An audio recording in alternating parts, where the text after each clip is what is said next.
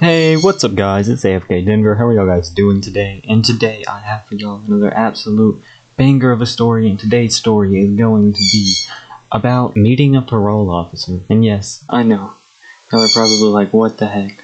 You're really running out of ideas. And you'd be right. So today I'm going to be telling y'all about the first time I met my parole officer back in 9th grade. This was about 2 years ago for me now. So, I ended up getting on unsupervised probation back in 9th grade because I was a little bit of a dummy and I got 2 tobacco citations within 2 weeks. And yeah, so the first tobacco citation, they gave me a time to go meet up with this parole officer dude. And it was like a week or 2 away from the time that I got my first tobacco citation, and within them 2 weeks, I ended up getting another one. So before I even met the guy, I then got another charge. So that happened, and yeah, so he already didn't really have good vibes with me before we even met. So I ended up having to go down to the juvenile court. I'm pretty sure that's what it's called. I honestly don't remember, but I had to go down to juvenile court, and then I'm sitting there, and I'm like, okay, so, yeah, we're just gonna sit here. And there was 2 full floors to this building. Actually, there was more, but, the third one was just kind of, dead. It was blocked off by stuff.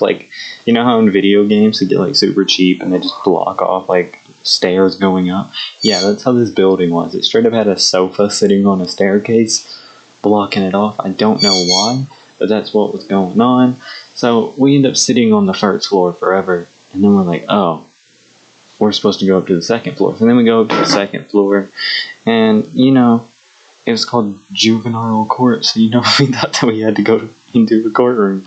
So we're sitting there, and we go through the metal detectors, me, my mom, my sister, I think, who was with me that day, and we go through these metal detectors, and then we're just sitting outside, waiting for court. And then finally, the court thing that was going on in there, the moment ends, and then I go in there, and they're like, hey, what are you here for? And I'm like, oh, you've got, 2 tobacco citations. And they're like, oh, you're in the wrong area. So, already basically signed myself up for court when I didn't have it.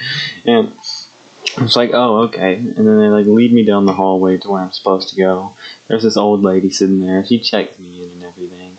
And then they walk me to the very back of this long hallway where this man, probably in his 20s, maybe 30s, is sitting. And this man looked like a vampire, guys. He had super pale skin, really dark hair. For the story, we're gonna name him Jason.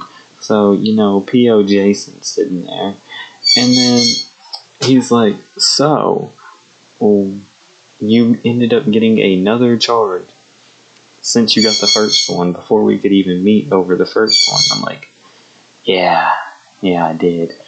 And then he's like, oh, well, that's not gonna look very good on you. We're gonna have to do more than we would for the first one. I'm like, yeah, I understand. I mean, that makes sense. But, he was, basically pretty much, just super annoyed at me at this point. And I'm just like, okay, don't know why. But I was, super nervous at the same time. So, I was laughing a lot because I don't know. That's just how I cope with my nervousness. I just laugh 24/7. I mean, I don't know. I feel like I'm a pretty giggly person. Who knows? But yeah, he basically ends up getting annoyed at me for laughing. He's like, this is not a joking matter. And then he starts complaining about some girl from my grade who ended up getting 2 tobacco citations, and now she's on her 4th one this year. And then I was like, dang. Because that was the girl who I ended up getting in trouble with and got both of my tobacco citations with. So, it made for a pretty good coincidence. I was like, oh, well, I know who you're talking about. And I started laughing. He's like, this isn't funny. So then he ends up slapping me with a $100 fine, 4 weekends straight, worth me going in there for 4 hours straight and doing write-offs on Saturdays and Sundays. It was miserable, guys. And then I ended up getting 40 hours of community service, and then I had to go up and work at my dad's work for forever just to pay off the fines that I got. So it didn't make for a good time. Don't don't get tobacco citations in school. Don't be dumb. Don't be dumb like me. But yeah, the moral of the story is don't listen to anything that I say. Don't follow anything that I do.